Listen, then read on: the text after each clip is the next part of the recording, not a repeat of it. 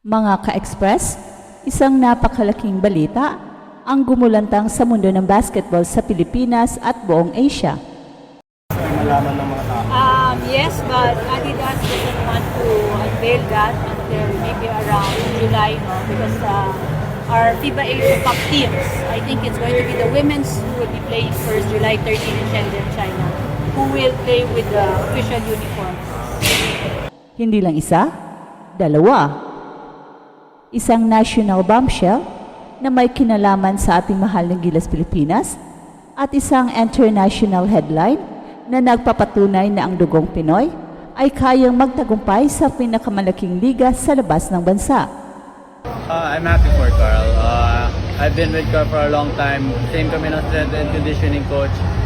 Alam ko yung pinagdaanan niya during the Japan league niya, yung stay niya doon. At the same time, just happy for him. He's balling. He's 1 minute away from the championship and being named MVP. Ito ang kwento na hindi mo dapat palampasin. Isang kwento ng pagbabago, ng tagumpay at ng panibagong pag-asa para sa ating basketball community. Kaya huwag kang bibitaw ka-Express dahil dito sa Express Info, bawat kwento, ginulat ang mundo.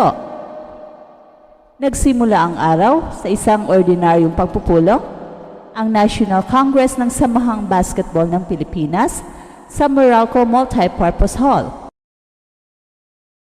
Pero hindi pala ito basta-bastang meeting dahil dito ibinulgar ang isang desisyong matagal nang hinihintay at pinanabikan ng maraming basketball fans.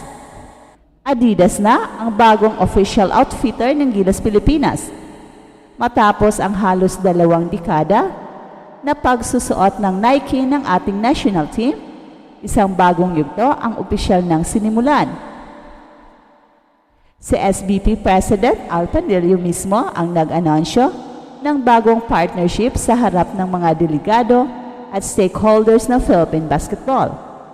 Sa tabi niya, si Dave Sexton, country manager ng Adidas Philippines, ay ngumiting abotenga habang sila'y nagpalitan ng SBP at Adidas pins. Isang simpleng ritual na may napakalalim na kahulugan. Ang moment na yon ay hindi lang tungkol sa uniform o branding, ito ay simbolo ng pagbabago, simbolo ng bagong direksyon para sa Gilas, at simbolo ng panibagong pagbangon. Well, sa totoo lang, matagal na itong pinag-uusapan sa ilalim ng radar. Simula pa noong February, may mga usap-usapan na kung sino ang papalit sa Nike. Hindi na ito sekreto.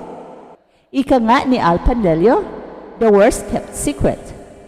At kung mapapansin mo sa mga billboard na bigla ang lumitaw sa EDSA, sa mga mural sa mga basketball court sa Metro Manila, may mga subtle hints na.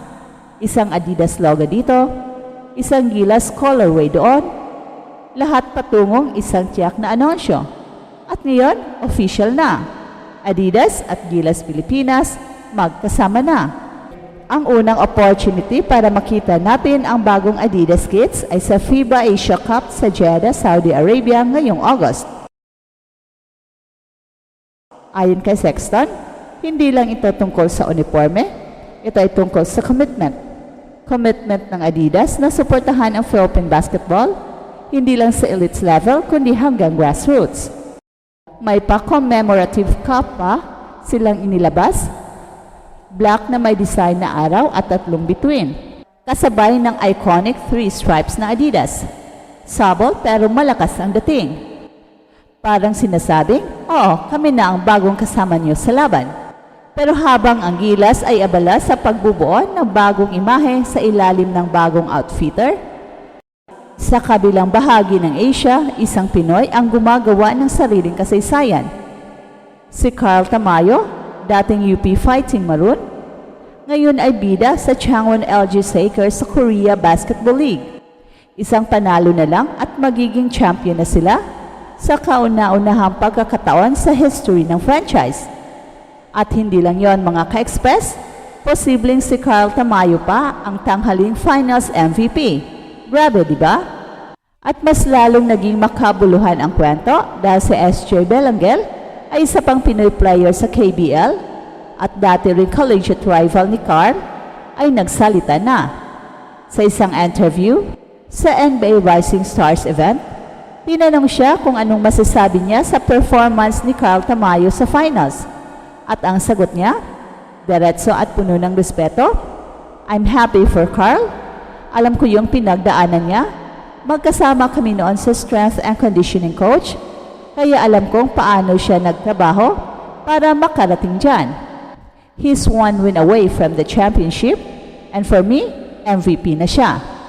Kung titingnan mo ang statistics ni Carl Tamayo ngayong playoffs, hindi ka magtataka kung bakit gano'n na lang ang admiration ng kapwa Pinoy.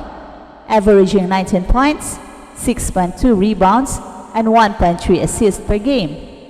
Malinaw na si Carl ay hindi lang role player, isa siyang major force sa title run ng Lakers. Ang layo ng narating niya kung ikukumpara sa stint niya sa Japan B-League, kung saan kadalasan ay bench warmer lang siya sa Ryuko Golden Kings. Doon, parang hindi siya nabigyan ng sapat na pagkakataon, pero ngayon, pinatunayan niya kapag binibigyan mo ng tiwala ang isang Pinoy, kaya nitong mangingibabaw.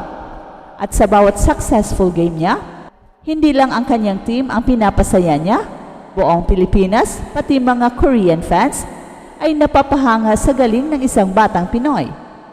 Ayon nga kay SJ Belangel, nakakatuwa kasi dumarami na ang mga Pinoy sa KBL. At higit sa lahat, yung performance namin ay nakikita at nare-respeto na rin ng mga Korean fans. Naiintindihan na nila, yung Asian quota ay hindi lang palamuti, may impact, may halaga, may saysay. Well, totoo nga, ang kwento ni Kai ay hindi lang kwento ng personal na tagumpay, isa itong refleksyon sa estado ng Philippine basketball.